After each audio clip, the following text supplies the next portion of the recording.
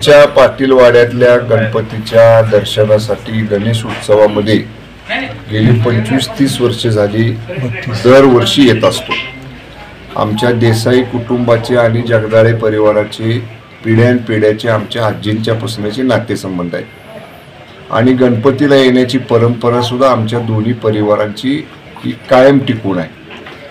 मी, आमच्या वडील, आमच्या घरातले सगळे चुलते हे नेहमीच गणेशोत्सवामध्ये एक दिवस येऊन पाटीलवाड्यातल्या गणपतीचं दर्शन घेत असतो। त्याप्रमाणे मी या ठिकाणी आलो। दरवर्षी मनसेराव जगदाळे साहेब असतील, नंदू काका असतील, हे सगळे आमचे नातेवाईक मंडळी आहेत। दरवर्षी ते प्रेमानं स्वागत करतात, गणरायाचा प्रसाद देतात। गणरायाच्या चरणी आमची एवढीच प्रार्थना आहे, राज्याला पुढे घेऊन जाण्याचं काम आम्ही सगळी मंडळी करतोय।